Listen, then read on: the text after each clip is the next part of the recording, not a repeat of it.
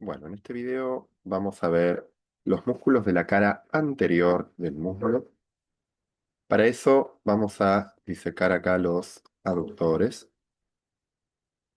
para dejar solamente los músculos justamente que se vean bien de la cara anterior, ¿sí? Bien, acá vamos a ver el tensor de la fascia lata, el sartorio y el cuádriceps, ¿sí? Si bien el tensor de la fascia lata es un músculo que se inicia en la cara anterior, fíjense que transcurre por el lateral del muslo. Toda la fascia lata transcurre por la cara lateral del muslo, ¿sí? Pero dado que tiene inserción en la espina ilíaca anterior superior, lo veremos en este apartado. En fin, vamos a empezar entonces con ese, el tensor de la fascia lata. Hacemos un zoom, vamos a ver que tiene inserción en la espina ilíaca anterior superior del ilíaco, su tendón bastante voluminoso, da lugar a una aponeurosis muscular que no es tan extensa, sino más bien que funciona como facilitador para justamente poner en tensión toda la aponeurosis de la fascia lata o la cintilla iliotibial, así se la conoce, ¿sí? Cintilla iliotibial que transcurre por el borde o la cara, en realidad lateral del muslo y llega a nivel de la rodilla, precisamente en la tibia, en el tubérculo de Herdy, cara lateral, cara lateral del cóndilo lateral de la tibia, ¿sí? Bien anterior lateral. Justo por debajo de esta cintilla iliotibial, inserción del tensor de la fascia lata, vamos a tener acá el tendón del tibial anterior que lo veremos en otra ocasión, ¿sí? Fíjense entonces las relaciones del tensor de la fascia lata en relación al cuádriceps, la rótula, etc. ¿Sí? Bien, otro músculo muy importante antes de pasar a otro músculo, el tensor de la fascia lata no solo pone en tensión, sino que colabora en la flexión de rodilla y colabora en la abducción del muslo. Habíamos visto el glúteo medio como principal abductor del muslo.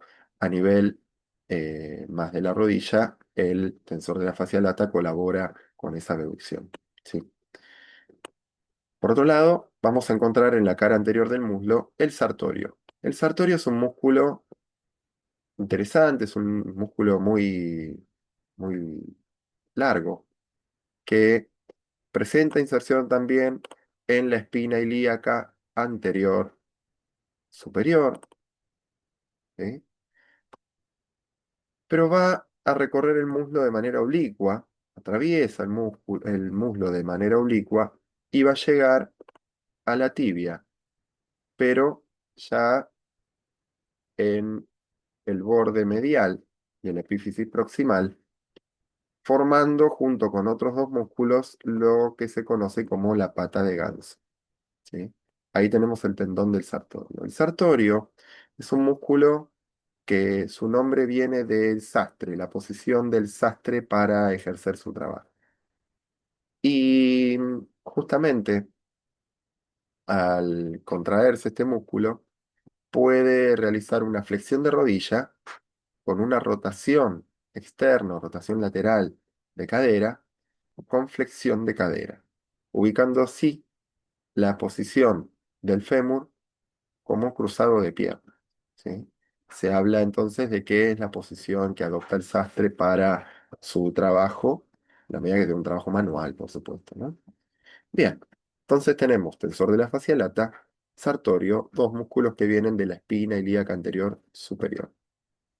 Bien, vamos a sacar el sartorio, vamos a sacar el tensor de la fascia lata y nos quedamos ahí con el cuádriceps. Músculo muy voluminoso que ocupa toda la cara anterior del muslo y presenta justamente cuatro fascículos.